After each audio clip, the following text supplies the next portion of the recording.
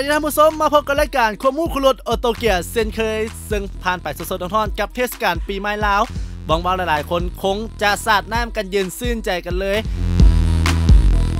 สำหรับมื้อนี้รายการออโตเกียร์ก็ยังจะตอกย้ำความร้อนกับสภาพอากาศเช่นเคยกับการนำเสนอข่าวสารสดๆร้อนๆที่นำมาอัปเดตกันทุกๆอาทิตย์ซึ่งมื้อนี้พวกเขาจะนำเอาข่าวสารอัปเดตสดๆร้อนๆจากทางบริษัท Mitsubishi นั่นเองเนาะที่ว่าเพิ่นมีข่าวสดๆร้อนๆออกมาพวกเขาอาจจะเคยได้ยินคำว่า Mitsubishi Lancer Evolution หรือ Mitsubishi Evo พวกเขาอาจจะปฏิเสธบ่ได้เลยว่า Mitsubishi Lancer Evo เป็นรถที่ได้รับการก้าวขานมาหลายที่สุดรุ่นหนึ่งของ Mitsubishiบริษัท Mitsubishi เป็นบริษัทที่ผลิตเกือบทุกสิ่งทุกอย่างที่ใช้กันในชีวิตประจำวันของพวกเขาบ่ว่าจะเป็นพัดลมแอร์เครื่องซักผ้าต่างๆ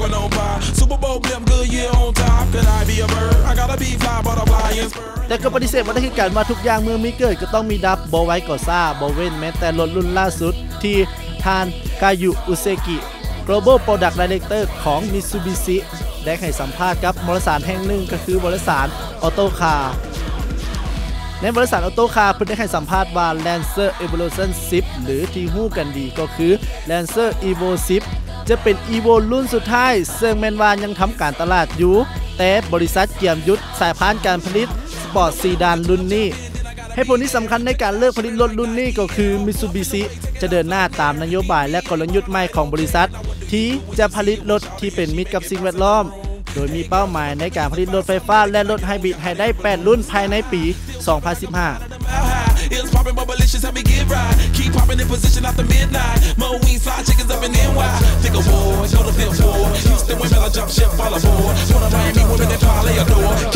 และถึงว่าจะมีข่าวลือว่าจะมีการผลิต Evo เวอร์ชันไฮบริดออกมาแต่ข่าวลือก็ยังเป็นข่าวลืออยู่ดีเพราะจากแผนระยะการของบริษัทยังบ่มีการว่าถึงรถรุ่นนี้แต่อย่างใด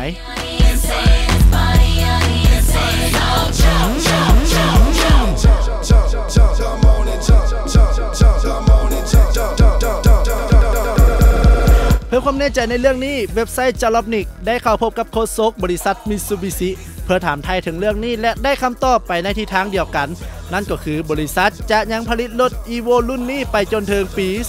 2012 หา 2013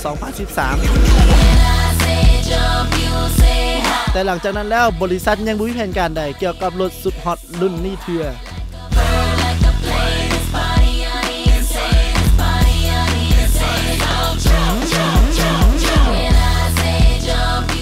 พอดีกำลังเป็นเจ้าของรถรุ่นนี้ก็ต้องเก็บรักษาไว้ให้ดีเพราะมันกำลังจะกลายเป็นตำนานกันแล้ว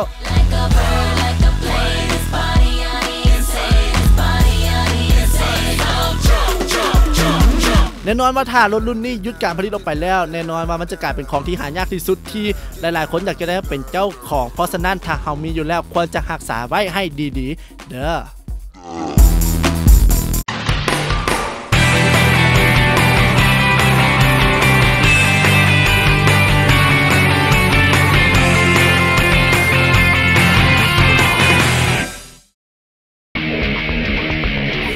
มาร่วมสร้างมาตรฐานใหม่ให้กับวงการบันเทิงบ้านเฮากับโครงการลาวเอนเตอร์เทนเมนต์อวอร์ด 2010 โดยการร่วมโหวตให้คะแนนกับผลงานหรือศิลปินที่ท่านเห็นว่าเหมาะสมและสมควรได้รับขันรางวัลนักล่าธรรมในครั้งนี้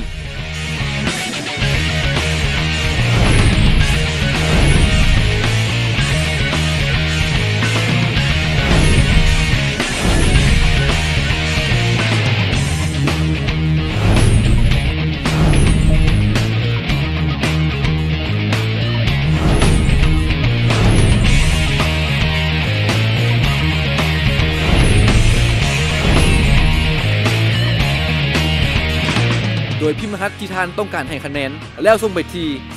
3333เฉพาะเครือข่ายลาวโทรคมเท่านั้นสำหรับท่านที่ต้องการรับฟังเงื่อนไขการโหวตง่ายๆเพียงกดดาวและตามด้วย3333ยิ่งโหวตหลายยิ่งมีสิทธิ์ลุ้นรางวัลหลากหลายจากลาวโทรคมและอย่าลืมติดตามรับชมการถ่ายทอดสดงานมอบรางวัลลาวเอนเตอร์เทนเมนต์อวอร์ด 2010 ในวันที่ 7 พฤษภาคม 2011 นี้ทางโทรภาพลาวสตาร์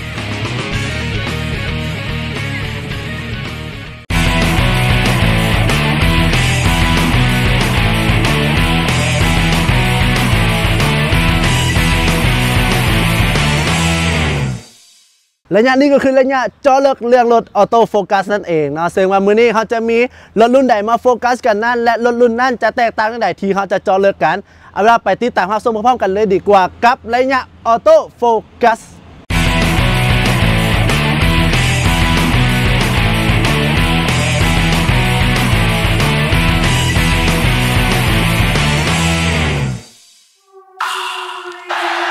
และอย่างออโต้โฟกัสจอเลือกเรื่องรถของพวกเขาในมือนี้เขาเอาใจคนที่หักในรถแจ็คซึ่งมือนี้เขาจะขอนำเสนอรถแจ็คที่เพิ่นเอิ้นว่าบิ๊กไบค์หรือรถแจ็คขนาดใหญ่มาจอเลือกให้ท่านผู้ชมได้ฮู้กันซึ่งมือนี้เขาจะขอนำเสนอเกี่ยวกับรถคันนี้เลยนั่นก็คือ Ducati Monster 696 นั่นเอง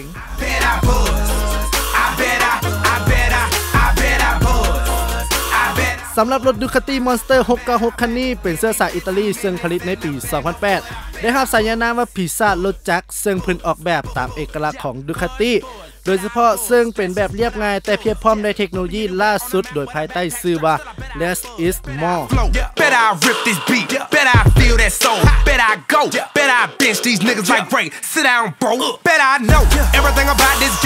โครงสร้างหลักของรถคันนี้เป็นแบบเดียวกันกับรถแข่งของรถ Ducati ในการแข่งขัน MotoGP ซึ่งมีความแข็งแรงแต่มีน้ำหนักเบาซึ่งน้ำหนักรวมของรถคันนี้แมน161 กิโลกรัม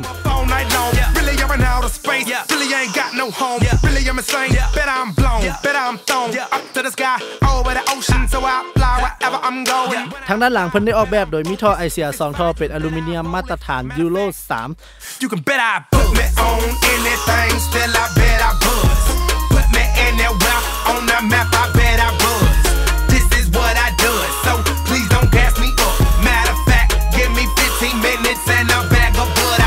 ไฟหน้าเป็นแบบแยกส่วนไฟลักเป็นโคมแบบมัลติรีเฟลคเตอร์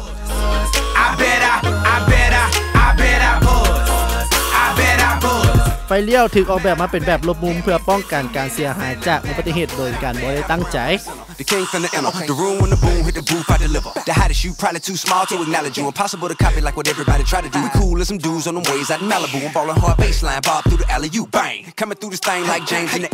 สำหรับ Ducati Monster 696 คันนี้มีอย่างรถขนาด 17 นิ้วและแผงหน้าปัดของรถจะเฮ็ดเวียกโดยระบบไฟฟ้าอิเล็กทรอนิกส์แบบทั้งหมดเค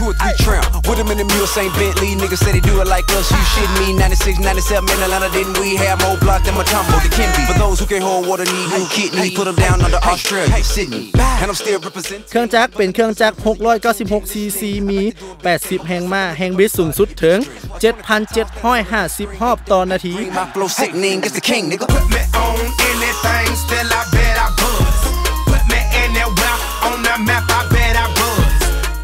การว่าเครื่องจักรยังเป็นแบบ2สูบ L Twin สำหรับรถคันนี้ขับเคลื่อนไอเสียโดยเทคโนโลยีแบบเดโมโทมิกลิขสิทธิ์เฉพาะ Ducati เท่านั้น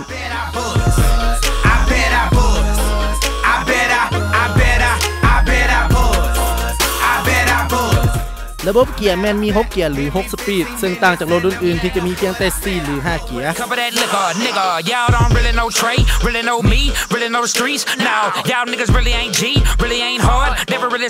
วสูงสุดของรถ Ducati Monster 696 คันนี้สามารถบิดได้สูงสุดถึง200 กิโลเมตรต่อชั่วโมง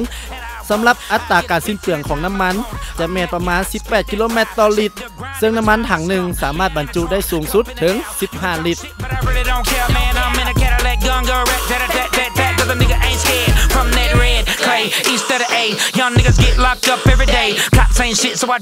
และที่ว่ามานั่นหลายๆคนคงจะยอมรับกันแล้วว่ารถคันนี้สำหรับ Ducati Monster 696 คันนี้คงจะเป็นปีศาจที่แท้จริงสำหรับรถจักรดังที่เราได้บอกกันไปว่านี่ก็คือปีศาจที่แท้จริงของรถจักรกับ Ducati Monster 696 นั่นเอง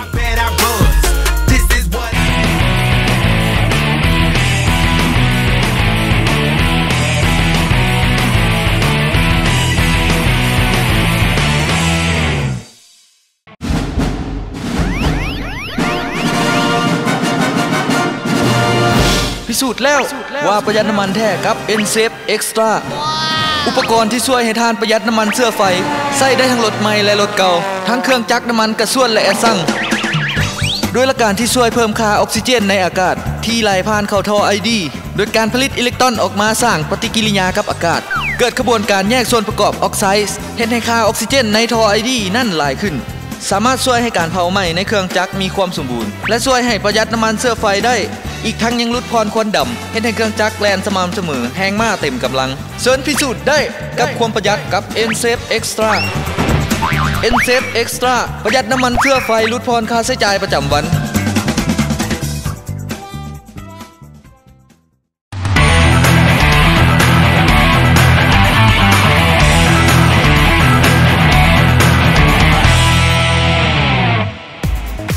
ระยะนี้คือระยะออโต้ทอล์กนั่นเองสนทนาภาษารถเนาะซึ่งวันนี้เขาจะขอตอกย้ำกับความร้อนแรงกับสภาพอากาศร้อนๆแบบนี้เนาะกับการสัมภาษณ์เจ้าของรถ Mercedes-Benz GL 550นั่นเองซึ่งเป็นรุ่นท็อปในคลาส GL ของ Benz เนาะซึ่งว่าจะเป็นรถแนวใดนั้นและรถคันนี้จะแตกต่างมีการตกแต่งแนวใดกับสไตล์ของเพื่อนบอกเอาไปมาทับชมพร้อมกันเลยดีกว่ากับระยะนี้เลยออโต้ทอล์ก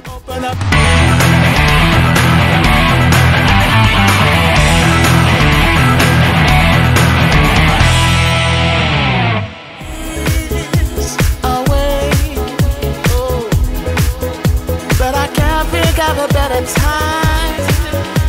to say, well, hold on. Instead of messing with our future, open up inside. Well, hold on. One day you will have to answer to. เจ้าและอย่างที่ไปได้บอกไปเนาะว่ามื้อนี้จะมีการสัมภาษณ์กับเจ้าของรถ Mercedes-Benz GL 550นั่นเองซึ่งว่าเจ้าของเพิ่นก็อยู่ข้างๆไปแล้วเนาะมาถามเสียงข้างหน้ามันก่อนดีกว่าว่าซื้อหยังเจ้าสบายดีน้องเองชื่อว่าอาซีห้องง่ายๆว่าซีก็ได้ Look inside you find a deeper love ห้องง่ายเพิ่น4เนาะเอาเป็นห้องกันแบบสบายๆก็คือ4ครับเอาแล้วขอถามก็ดีกว่าเนาะเกี่ยวกับก่อนที่จะถามเรื่องรถกับเพิ่นมาถามกันก็ดีกว่าเกี่ยวกับเรื่องส่วนตัวของ4นี่เอาเป็นว่าขอถามแน่ว่าปัจจุบันนี้4เฮียนอยู่ใส่หรือว่าเฮ็ดหยังอยู่เดี๋ยวนี้กำลังเฮียนอยู่เฮียนมารินีสั้นม.ปลายบ่ม.ปลายนี่ม.อย่างม.6บ่ม.6เป็นบ่โอ้ใกล้สิจบแล้วนั่นเองเนาะแต่ว่าเพิ่นอายุยังน้อยอยู่แต่ว่ามีความรู้สึกจังได๋ที่ว่าได้เป็นเจ้าของรถกับรถคันนี้ก็มีความรู้สึกภูมิใจที่ได้มีเบนซ์มาขี่บ่คิดมาดนแล้วบ่หรือว่ามีความฝันหรือว่ารถคันนี้เป็นรถในฝันบ่หรือว่าจังได๋รถคันนี้ยังบ่แม่นรถในฝันรถในฝันของน้องเองแม่น BM Series 7 โอ้ BM Series 7นี่ขอถามได้ว่า BM Series 7นี่ที่มักสีอย่างมักสีขาวนะมักสีขาวมักเป็นอย่างคือต้องมักสีขาวเป็นอย่างเพราะเป็นคนบริสุทธิ์นะเพราะเป็นคนบริสุทธิ์ก็เลยมักสีขาวนะโอ้ยากเนาะความฝันเป็นไปได้สบายนะถ้าว่ามีความสามารถในการขับรถคันนี้แล้วเอาแล้วขอถามก็ดีกว่าว่านอกจาก BM Series 7แล้วมีรถยี่ห้ออื่นบ่ที่ว่าตัวเองมากเป็นรถที่ไฟฝันนี่มีรถยี่ห้ออื่นบ่ก็มียี่ห้อFerrari ว่า Lamborghini หรือ Infiniti ประเภทนี้แหละแม่นบ่เป็นอย่างคือมักถามเนี่ยเป็นอย่างคือมักรถพวกตระกูลพวกแบบรถลูลารถความแห้งพวกนี้เป็นอย่างคือมักรถพวกยุโรปพวกนี้เป็นอย่างมีอย่างที่เป็นเสน่ห์ของมันเป็นอย่างเสน่ห์ของมันแบบที่การภายนอกภายในที่ลูลาและเท่ความแห้งว่าไงคือความแห้งมันก็สูงความแห้งสูงว่าไงคือเป็นคนที่มามักทางด้านเรื่องความสปอร์ตความเป็นสปอร์ตนั่นเองเนาะเอาว่าเขาถามมันก็ดีกว่าว่ารถคันนี้เป็นเจ้าของได้โดนเป็นยังเป็นเจ้าของได้ประมาณปีปลายแล้วบอปีปลายแล้วขึ้นจังไหนคือเบนรุ่นอันเปียวขึ้นจังไหนคือเอาเบนรุ่นนี้เป็นอย่างคือบอกเบนรุ่นอื่นเพราะเบนรุ่นนี้เป็นเบนที่ทรงมันสวยงามดีแล้วก็เป็นรุ่นแบบสปอร์ตแบบสไตล์เหมาะสมกับตัวเองกันบอสไตล์หุ่นใหญ่คือเหมาะสมคือน้องสไตล์หุ่นใหญ่เหมาะสมจะว่าหุ่นใหญ่เรามาตามนะเบนซ์คันนี้เป็นเบนซ์รุ่นปีไหนเป็นรุ่นปี2010อ่ะรุ่นปี2010บอกรุ่นปี2010ขอถามเนี่ยว่ารุ่นปี2010นี่มันแตกต่างอย่างแน่ครับรุ่นอื่นๆว่าจะเป็นรุ่นก่อนเนาะว่าไงคือรุ่นก่อนนั่นเองรุ่นนี้มันต่างกับรุ่นก่อนแล้วแหละรุ่น2010นี้มันจะมีจุดเด่นที่ตา LED ทั้งลมนี่เนาะ LED ทั้งลมบอกด้วยอย่าว่าจะใช่เท้าสีเนาะใช่ใช่สีเนาะพาไปเบิ่งว่าจุดแตกต่างแล้วเนี่ยของเพิ่นมีอะไรภายนอกนะว่าแตกต่างจากรุ่นเก่ารุ่นก่อนๆนะใดเอาว่าเดี๋ยวให้4พาไปแนะนำได้บ่ได้ตามเป็นพวกไปมาเลยเจ้าแล้วที่เมื่อกี้4ได้บอกไปเนาะว่าจุดแตกต่างของรุ่นเบนซ์รุ่นนี้คือเบนซ์ GL 550นั่นเองเนาะแตกต่างจากรุ่นก่อนๆคือตาไฟนั่นเองเนาะเอาว่าจะขอให้4แนะนำนิดนึงว่าตาไฟรุ่น2010นี่เป็นแนวใดกันแท้คือว่าแตกต่างแนวใดด้วยอย่าพูดกันเลยตาไฟทั้งรุ่นนี้เป็น LED เนาะ LED 2010ยี่ห้อ2010ตัว2009มันจะเป็นตาบน ตามนอ๋อนะหลายๆคนคงจะเห็นว่าความแตกต่างกันเนาะและตัวแตกต่างยังไงมาแน่นอนแต่ว่าบ่งบอกกันถึงความแตกต่างยังลวงลายกันเลยสีแล้วสำหรับตาหน้าเดแมนต่างกันบ่หรือว่าแบบรักษาความคงเดิมไม่บ่หรือว่า ก็รักษาความคงเดิมแบบคล้ายๆกัน คล้ายๆกันเล่นบ่ โดย เนาะหลังจากที่ว่าถามเกี่ยวกับด้านหน้าไปแล้วเนาะเอาละเดี๋ยวไปต่อกันไปเลยดีกว่าก็แบนข้างนั่นเองเนาะเจ้าเนาะหลังจากที่ว่าเราได้ฮู้กันแล้วกับด้านหน้าของรถเบนซ์คันนี้เนาะเอาละมาถามกันดีกว่ากับแบนข้างเนาะสำหรับแบนข้างนี่สิแบนข้างนี่แตกต่างกันบ่กับรุ่นปีก่อนๆนี่ เว้นข้างนี้แตกต่างจากรุ่นปี 2008นะ 2008บ่ ตัว2009มันจะคือกันเลย โอ้คือกันเลยบ่ โดย เนาะหลายๆคนคงจะฮู้กันแล้วเนาะว่าความแตกต่างสำหรับตาไฟนี่มีจุดเด่นแน่แต่สิ่งหนึ่งที่เป็ดและก็ทานผู้ชมหลายคนคงจะสะดุดตากันเติมแล้วก็นั่นก็คือแม็กนั่นเองเนาะเอาเรามาขอถามก่อนดีกว่าว่าสำหรับแม็กนี่เป็นแม็กแนวใดแม็กขอบอย่างตอนนี้ แม็กนี่เป็นแม็กขอบเซาซีเนาะ แม็กขอบ24เป็นบ่ โดย แล้วอย่างนี่ผู้ซื้อว่าจะเป็นยางขนาด ขนาด 30เนาะ30นั่นเองถามกันก่อนดีกว่าว่าเป็นอย่างคือเลือกแม็กรุ่นนี้เป็นอย่างคือเลือกแม็ก4นี่ เพราะมันเข้ากับสีรถเนาะ ไม่ล่ะบ่มักบ่พวกแม็กเดทแม็กอย่างบ่มักกันบ่ บ่ บ่มักแนวนี้แหละกว่า โด บ่ ยโดย เนาะเอาล่ะเดี๋ยวหลังจากที่ว่าฮู้เรื่องแม็กกันแล้วเนาะเดี๋ยวจะไปถามกันถึงด้านหลังเนาะด้านหลังกับเบนซ์คันนี้ว่าด้านหลังนี่จะมีจุดแตกต่างกันไหนเดี๋ยวให้สีภาพเป็นด้านหลังกันเลยดีกว่าเราถามขึ้นมาเลย เซิน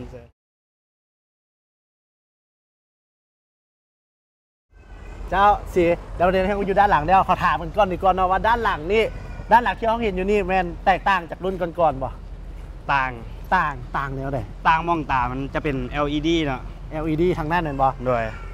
ตาตัวนี้จะเป็น LED ที่มาน้ำมันโดยเฉพาะเลยบ่ โดย มาน้ำรุ่นนี้เป็นรุ่นเฉพาะปี2010ทางหน้านั่นบ่ โดย โอ้แล้วจุดแตกต่างกันอื่นเด้มีอย่างไรที่ว่าแตกต่าง คอเนาะ คออีกบ่ โดย ทอ2009จะเป็นได้ไหนทอมัน 2009จะมีแต่ตัวเดียว เป็นท่อเดียวบ่ โดย โอ้ส่วนอันอื่นก็คือยังคือกาวเบิร์ดเลยบ่ โดย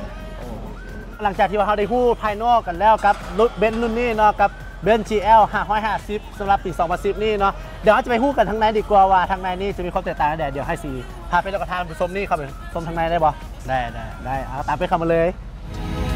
Children of the sky. จ้าเลยตอนนี้เป็นกับ4ก็ได้มาอยู่ในรถของเพื่อนนอนนั่นก็คือรถ Mercedes-Benz GL 550นั่นเอง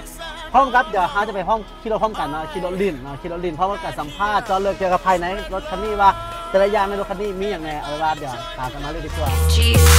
Give me that mo wet, wet. Give me that crystal style. Ladies love. เดี๋ยวตอนนี้ไปกับ4ก็ได้ขับมานั่งอยู่ในรถของเพื่อนกันแล้วเนาะตอนนี้กำลังขี่รถลินกันอยู่เดี๋ยวเราจะมาถามกันดีกว่าว่าเรื่องรายละเอียดภายในนี่มีอย่างไรเริ่มต้นจากแผงหน้าปัดที่ว่าอยู่หน้าคนขับกันเลยดีกว่าว่าหน้าปัดตัวนั้นน่ะเป็นมีอย่างเป็นพิเศษบ่คันเป็นนี้เฉพาะรุ่นนี้เฉพาะรุ่นที่ว่าเป็นปี2010นี่มีอย่างเป็นพิเศษบ่ มีไมค์เป็นไมค์คอมเตอร์ของประเทศอเมริกา ระบบเครื่องเสียงนี่แม่นมาน้ำมันเลยบ่ โดยมาน้ำมัน มาน้ำมันเลยบ่มีแต่งบ่มีอย่างอื่นบ่ โอ้ โอ้เอามาถามอีกอย่างหนึ่งคือระบบต่างๆที่ว่าอยู่ภายในของรถเป็น GL 550คันนี้ทุกอย่างนี่เป็นระบบไฟฟ้าเบิดบ่หรือว่าจังได๋ เป็นระบบไฟฟ้า เป็นระบบไฟฟ้าเบิดบ่แล้วอีกอย่างหนึ่งเรื่องความปลอดภัยเนาะเรื่องความปลอดภัยในนอนที่เราต้องเน้นก็คือเรื่อง airbag ถามนี่ว่าอันในเบนซ์GL 550นี่รุ่นปี2010นี่มี airbag ทั้งหมดจักอัน ประมาณ20ปลายกว่าอัน ปลายอันบ่ว่าสำหรับความบันเทิงนี่รู้สึกว่าจอข้างหลังนี่จะเป็นจอที่ว่ามาน้ำมันเลยบ่จอสองจอที่อยู่หลังเบาะคนขับนี่บ่ โดยมา มาน้ำมันเลยบ่ว่าไงคือสำหรับครอบครัวเนาะที่ว่าขับรถไปน้ำกันว่าหาอย่างเฮ็ดไปอาจจะเปิดหนังฟังเพลงเนี่ยเนาะภายในนี่มีการตกแต่งอย่างเพิ่มบ่ ภายในนี่บ่มีเลย บ่มีบ่เดิม เดิม ๆเลยบ่สำหรับต่างๆที่เราเห็นในรถนี่บ่มีอย่างเปลี่ยน โดย และหลายคนคงจะสังเกตเห็นเนาะนั่นก็คือหนังที่ว่าหุ้มคอนโซลข้างหน้านี่เป็นหนังที่มาน้ำมันเลยบ่ โดย หนังที่มาน้ำมันเลยเนาะแล้วก็ลายต่างๆเป็นลายไม้ลายอย่างนี้มันมาน้ำมันเลยเขาสามารถเลือกได้บ่เป็นเฮาซื้ออันนี้ก็สามารถสั่งเลือกได้บ่ เลือกได้ เลือกได้บ่โอ้และที่สังเกตอีกอย่างหนึงที่สังเกตอีกอย่างหนึงก็คือหลังคาสามารถเปิดได้แม่นบ่ โดย เป็นออปชั่นของมันบ่หรือว่าทุกรุ่นต้องมีเลยหรือว่าเฉพาะรุ่นนี้เท่านั้นที่มี เป็นทุกรุ่นที่มี ทุกรุ่นที่มีบ่ทุกรุ่นที่เป็นคลาส GL บ่รุ่นนี้ โดย เนื่องจากว่ารถคันนี้เป็นรถจักร V8 เนาะ V8 ความแรงก็ประมาณ300 ปลายแรงมากขอถามหน่อยว่าตากระสิ้นเปลืองน้ำมันนี่แม่นสิ้นเปลืองหลายบ่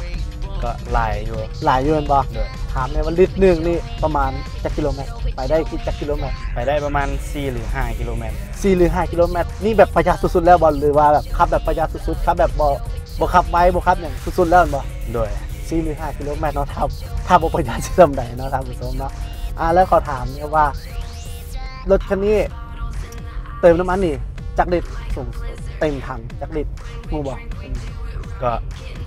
เรื่องนี้ก็บ่ค่อยฮู้เนาะประมาณกะได้ประมาณ3หรือ40นี่แหละ 3 หรือ 40 ลิตรเนาะ โดย G6, I like a G6, like a G6.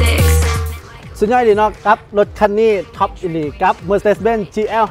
550นั่นเองเนาะซึ่งว่าก็เป็นรถ SUV นั่นเองเนาะที่ว่ามีความหรูหราแล้วก็ความกว้างขวางเหมาะสำหรับการเป็นรถครอบครัว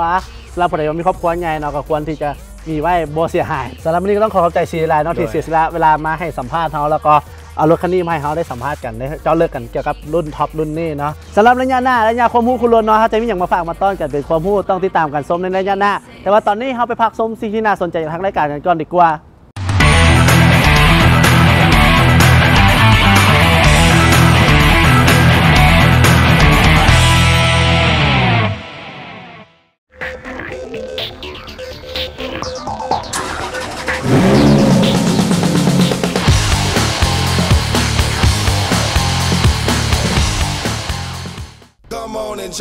วันนี้ระยะความรู้กับรถของพวกเขาขอนำเสนอการจัดอันดับรถที่ไวที่สุดในโลก10 อันดับ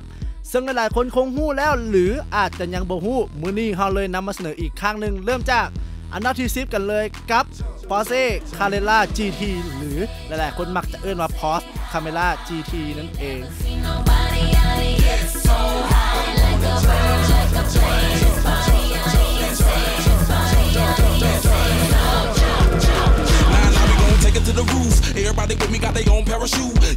สำหรับรถคันนี้สามารถให้ความไวได้ถึง209 ไมล์ต่อชั่วโมงเครื่องยนต์612 แรงม้าอัตราเร่ง0 ถึง 60 ภายในเวลาเพียง 3.9 วิเป็นเครื่องยนต์10 สูบ V10 นั่นเองที่ราคาเปิดตัวที่เพิ่นได้วางไว้นั่นก็คือ 440,000 ดอลลาร์สหรัฐ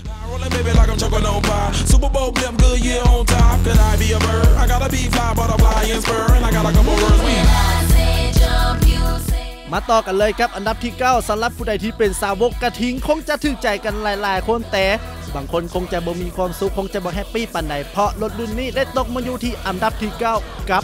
Lamborghini Murcielago LP640 สำหรับกระทิงตัวนี้สามารถให้ความไวได้สูงถึง213 ไมล์ต่อชั่วโมงเครื่องยนต์เป็นแบบ640 แรงม้ามีอัตราเร่ง0 ถึง 60 ภายในเวลาเพียง 3.3 วินาทีเครื่องยนต์เป็นเครื่องยนต์แบบ12 สูบราคาเปิดตัวของคันนี้แมนยูที่ 430,000 ดอลลาร์สหรัฐ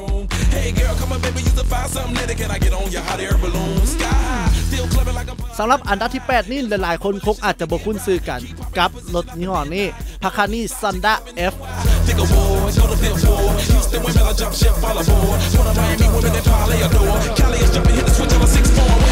สำหรับเครื่องยนต์ของรุ่นนี้เป็นเครื่องยนต์แบบ650 แรงม้า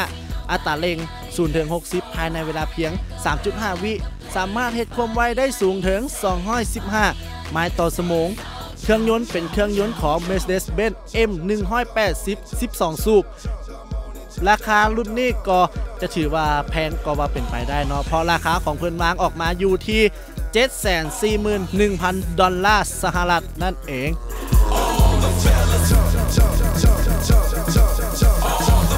มาแล้วสำหรับผู้ใดที่ว่ามักเลข7เนาะกับอันดับที่ 7 กับรถคันนี้เลยJaguar XJ 220ที่สามารถให้ความไวได้สูงสุดถึง217 ไมล์ต่อชั่วโมงเครื่องยนต์เป็นแบบ542 แรงม้าอัตราเร่ง0 ถึง 60 วิภายในเวลาเพียง 4.0 วิเครื่องยนต์เป็นเครื่องยนต์แบบทวินเทอร์โบ6 สูบราคาเปิดตัวขึ้นวางไว้อยู่ที่ 345,000 ดอลลาร์สหรัฐ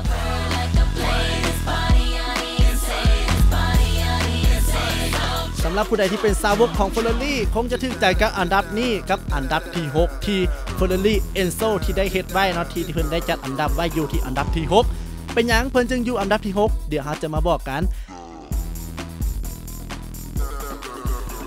สำหรับเครื่องยนต์ของ Ferrari Enzo คันนี้เป็นเครื่องยนต์แบบ12 สูบตัวถังเฮ็ดจากอลูมิเนียมราคาเปิดตัวอยู่ที่ 670,000 ถ้วนดอลลาร์สหรัฐนั่นเอง มาแล้วสำหรับหาอันดับรถที่บ่ไวที่สุดในโลกคนไหนเสียรถคันไหนอยู่คงจะอยากจะฟังกันแล้วเอาเป็นว่าพูดกันเลยดีกว่าว่าอันดับที่5แมนรถหยังสำหรับคนไหนที่เป็นสาวกของซุปเปอร์คาร์คงจะคุ้นหูกันดีกับซื้อนี่ McLaren F1 ซึ่งเพิ่นได้อยู่อันดับที่5สำหรับ McLaren F1 นี่สามารถเฮ็ดความไวได้สูงถึง240 ไมล์ต่อชั่วโมงสำหรับเครื่องยนต์ของรุ่นนี้แมนเครื่องยนต์ BMW S70 Digi 12 สูบราคาของเพิ่นเปิดตัวไว้อยู่ที่ 970,000 ดอลลาร์สหรัฐเกือบล้านกันเลยเนาะมาต่อกันที่อันดับที่ 4 กับ Salis S7 Twin Turbo สำหรับรถคันนี้สามารถให้ความไวได้สูงถึง248 ไมล์ต่อชั่วโมงเครื่องยนต์750 แรงม้าอัตราเร่ง0 ถึง 60ภายในเวลาเพียง 3.2 วิเครื่องยนต์เป็นเครื่องยนต์แบบ8สูบแต่เป็นทวินเทอร์โบตัวถังเฮ็ดจากอลูมิเนียมทั้งหมดราคาเปิดตัววางไว้อยู่ที่ 555,000 ดอลลาร์สหรัฐมาต่อกันที่อันดับที่ 3 ซึ่งซื้อรถของเพื่อนนี้อาจจะอ่านยากกันเล็กน้อยถ้าว่าอ่านผิดก็ต้องขอโทษขออภัยหลายๆซึ่งว่าซื้อของยี่ห้อรถคันนี้ก็คือ Koenigsegg CCX นั่นเองสำหรับรถคันนี้สามารถให้ความไวได้สูงถึง250 ไมล์ต่อชั่วโมงสำหรับเครื่องยนต์เป็นเครื่องยนต์มีขนาด806 แรงม้าอัตราเร่ง0 ถึง 60ภายในเวลาเพียง 3.2 วิเครื่องยนต์90 ดีกรี8สูบเขาบอกไว้ว่ารถคันนี้ผลิตอยู่ที่ประเทศสวีเดนนั่นเอง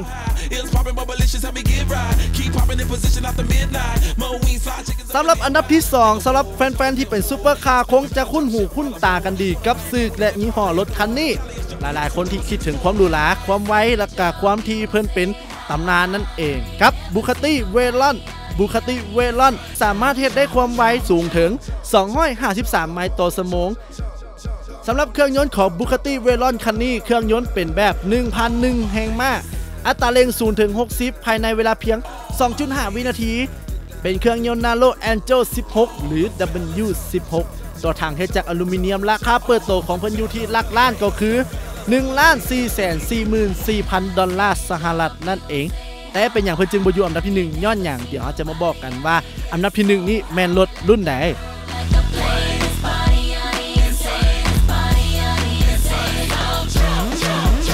มาแล้วสำหรับอันดับที่ 1เนาะหลายๆคนคงจะใจโจใจจ่อกันเหลือเกินมาคันใดที่จะมาแซงหน้าของ Bugatti Veyron ของพวกเขาไปได้ซึ่งอันดับ 1นั่นก็คือคันนี้เลยกับ SSC Ultimate Aero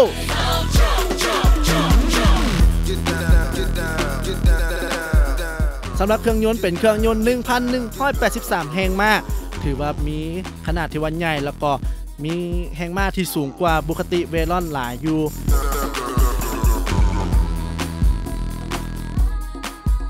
สำหรับอัตราเร่งของรถรุ่นนี้สามารถเร่ง0 ถึง 60ภายในเวลาเพียง 2.7 วินาทีสำหรับเครื่องยนต์เป็นเครื่องยนต์แบบทวินเทอร์โบ8สูบราคาเปิดตัวอยู่ที่ 654,400 ดอลลาร์สหรัฐ